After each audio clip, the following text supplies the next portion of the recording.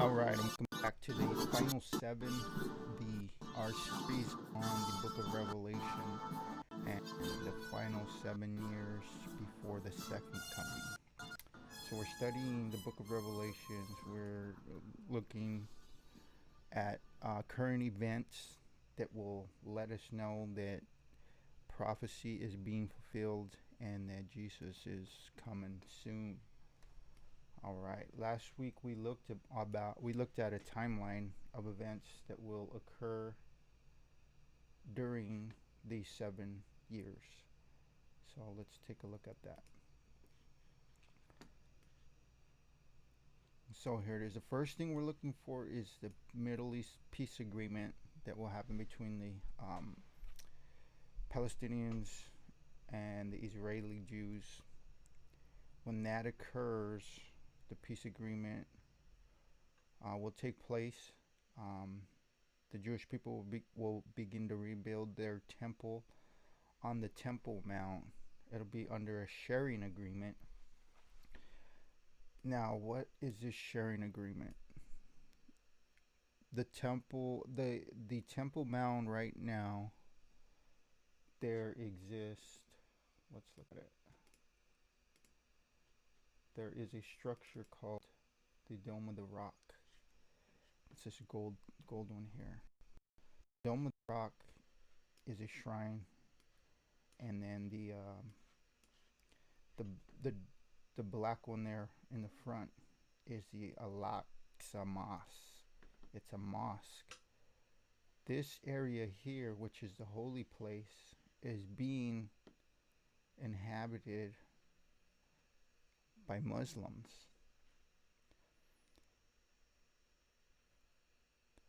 This area here is being inhabited by Muslims. The holy place where God said he would put his name is being inhabited by Muslims.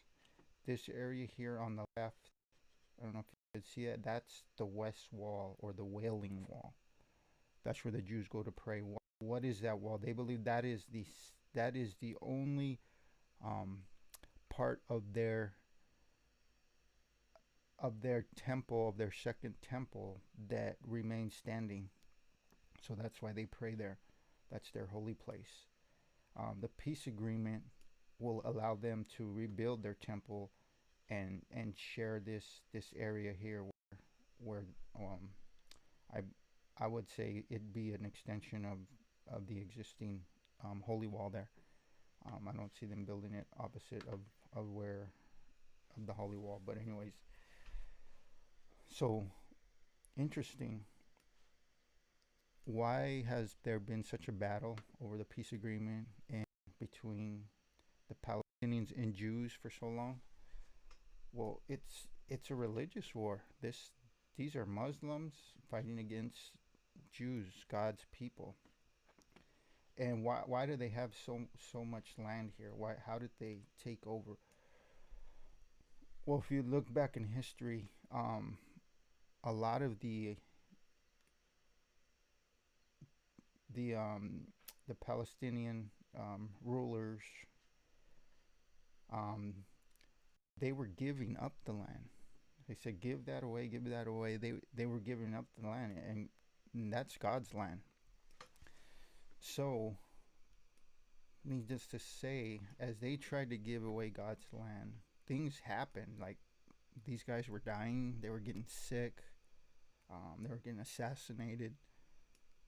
So this is all happening because God's word will will be fulfilled. God's prophecy will be fulfilled. Um, One thing I've learned growing up in the ministry is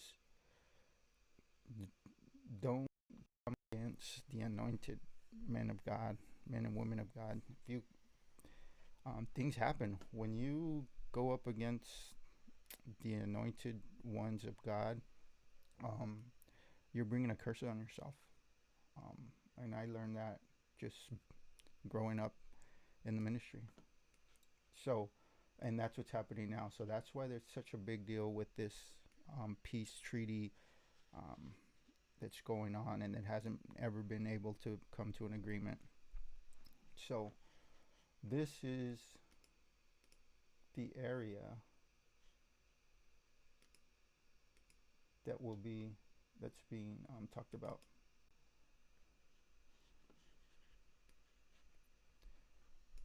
So the West Bank here is known as Judea, as the biblical area of Judea. Today they call it the West Bank. But from the river Euphrates to the river Egypt to the river Euphrates is the promised land. And that's most of this, and maybe a little further down of this yellow area. Um, and that's the area of the promised land described in the Bible. Let's get back to this timeline. So the animal sacrifices will resume um, in the middle of the 7 years, the war in heaven, where Satan's banished and confined to earth, will wreak havoc on earth, which is the beginning of the Great Tribulation, the abomination of desolation, where the Antichrist stands on the holy mount and claims to be God. The false prophet supports the Antichrist. Remember, the Antichrist is a governmental official. The false prophet will be a spiritual leader, and they'll work hand in hand. So that's the Antichrist and the false prophet. I believe the Antichrist is going to come out of the European nation as a world leader. The false prophet will be probably coming out of the Holy Roman Empire, which is um, the Pope, whoever's Pope at the time. That's what I think. The two witnesses will begin their ministry on earth, witnessing to God. Remember, it talks about a great revival will happen in the land. The Antichrist expands control. He'll want control of the world. You know, like we were talking about the one world government. Everything's coming to a one world government. Well, when the Antichrist claims to be God and does some miraculous things to prove or to say he is actually God, his control is going to begin to expand across the earth. Then he will issue the mark of the beast. I am God. You must vow your allegiance to me by taking this mark on your right hand or forehead. And whoever doesn't take the mark will not be able to operate in society. Then at the end of the 7 years, we will see the peace treaty will expire. The battle of Armageddon will begin because the world army will want to take that land from Israel, because they believe it was God's.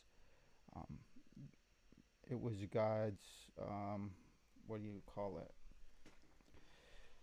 God promised. It was the promised land from God, and they won't give that up. There'll be a battle for that land, which will be called the Battle of Armageddon.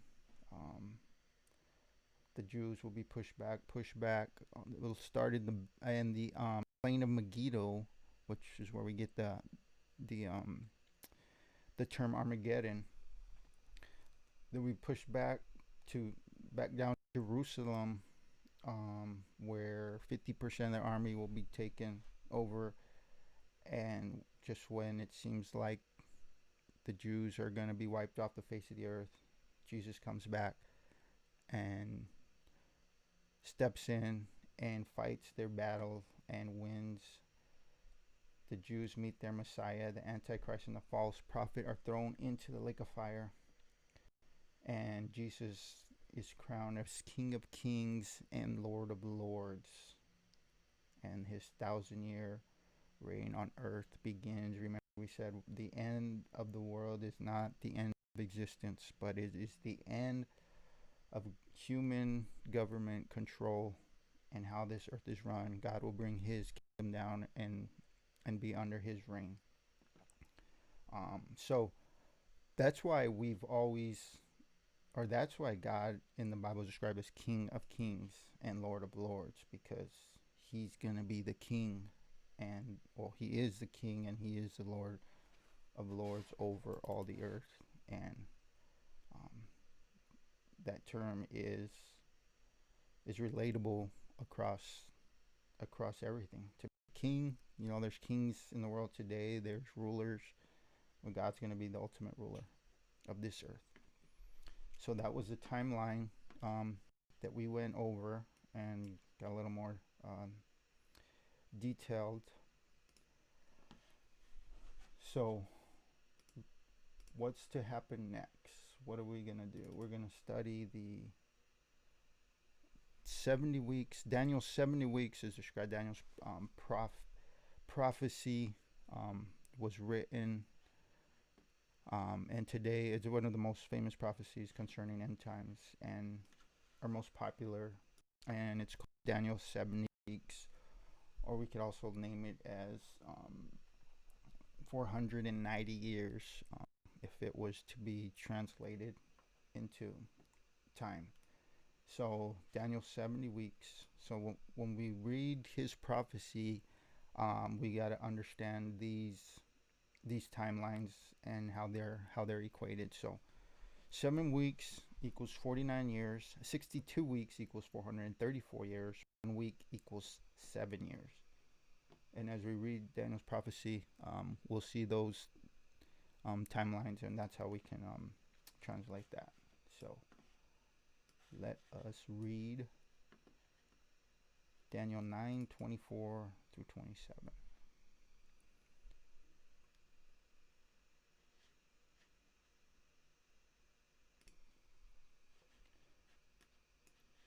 All right, so let's read Daniel 9:24 through 27. 70 weeks are determined for your people and for your holy city, to finish the transgressions, to make an end of sins, to make reconciliation for iniquity, to bring in everlasting righteousness, to seal up vision and prophecy, and to anoint the most holy. Know therefore and understand that from the going forth of the command to restore and rebuild Jerusalem until Messiah the Prince, there shall be 7 weeks and 62 weeks. The street shall be built again, the wall even in trouble sometimes. And after the 62 weeks, Messiah shall be cut off, but not for himself. And the people of the prince who is to come shall destroy the city and the sanctuary. The end of it shall be with a flood. Until the end of the war, desolations are determined. Then he shall confirm a covenant with many for 1 week, but in the middle of the week he shall bring an end to sacrifice and offering. And on the wing of abomination shall be one who makes desolate, even until the consummation which is determined is poured on the desolate. So Daniel's 70 weeks. Let's talk about that. So concerning looking at the end times, 70 weeks are determined for your people, for your holy city. So Daniel saw 70 weeks would need to occur before the second coming. Okay.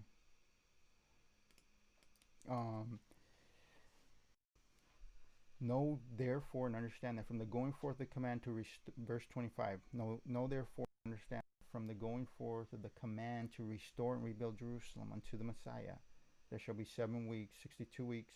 The street shall be built again, the wall even in troublesome times.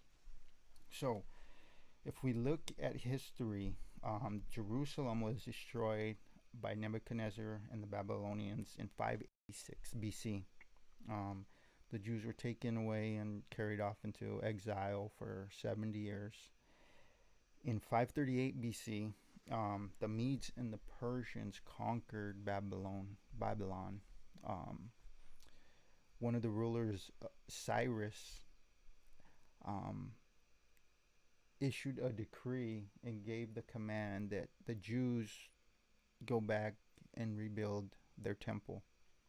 So it's saying from that time when they were decreed to go rebuild their temple till the second coming would be 70 weeks. And if you remember the timetable that we looked at, it says 7 weeks equals 49 years, 62 weeks, 434 years, 1 week, 72 years. So we know that 7 weeks and 62 weeks is 483 years. So 483 years would need to pass. Actually, plus the 490 years would need to pass before the second coming. So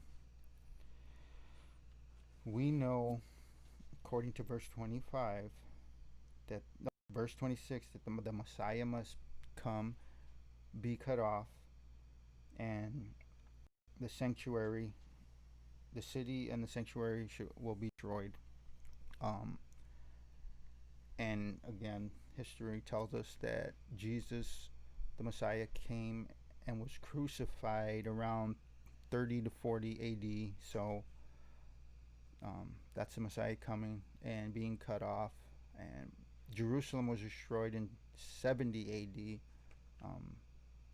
All historians can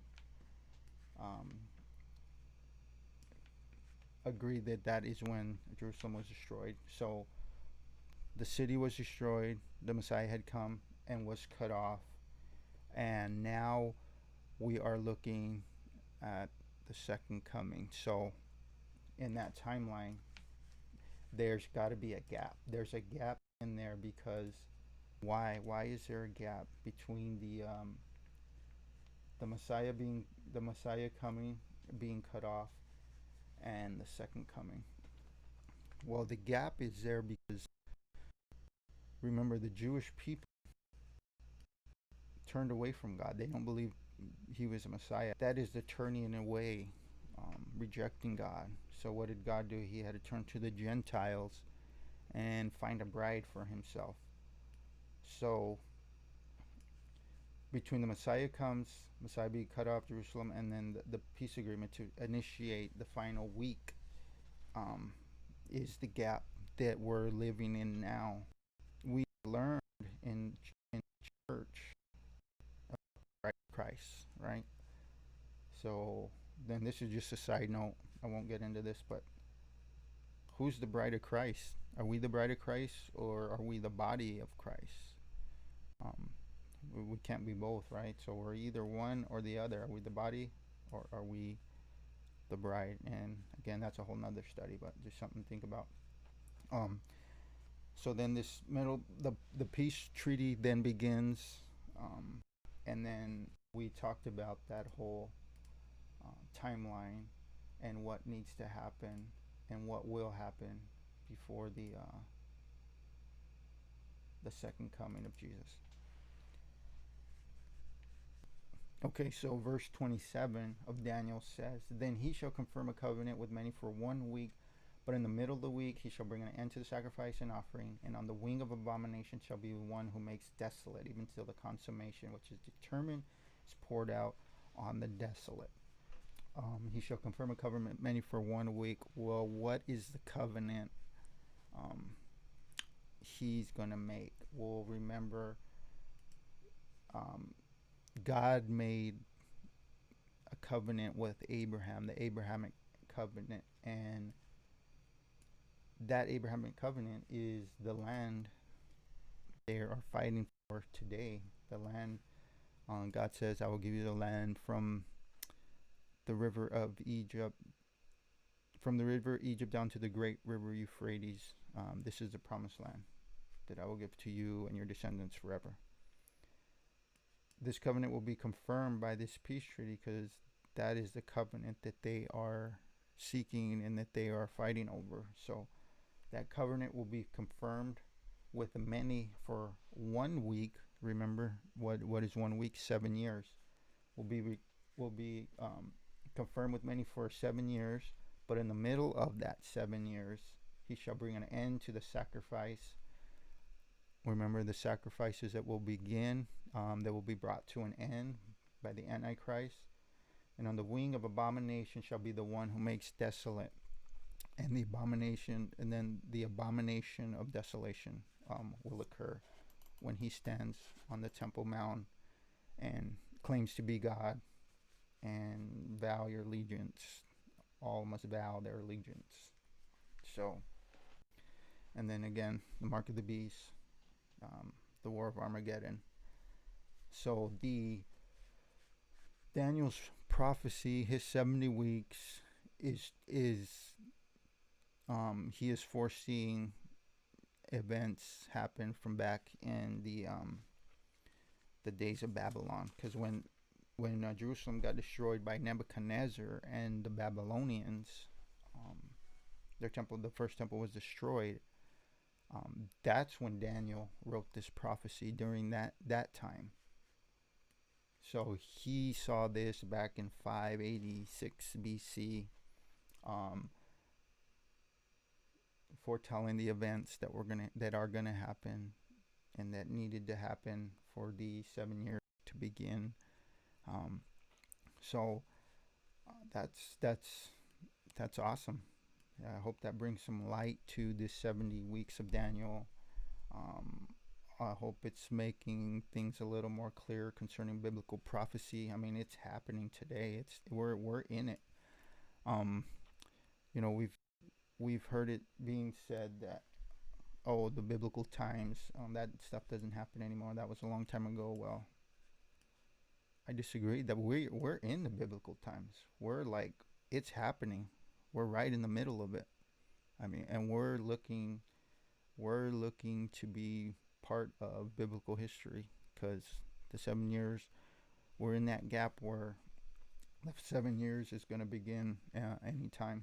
So I hope that's encouraging. We're in biblical times. You're in biblical times. All those things that God said of His people and the Christians, and power in the name of Jesus, casting out demons, healing the sick, raising the dead.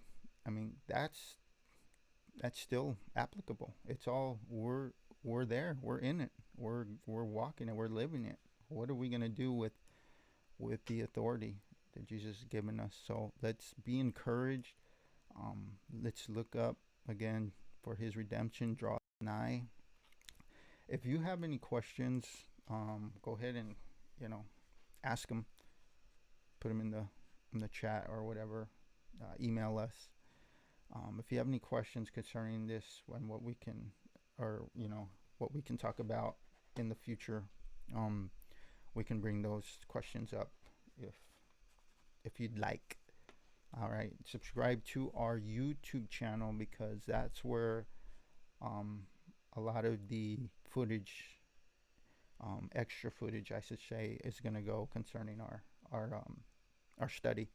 So thanks for joining, and we will be back next week for part 3 of the final 7. God bless.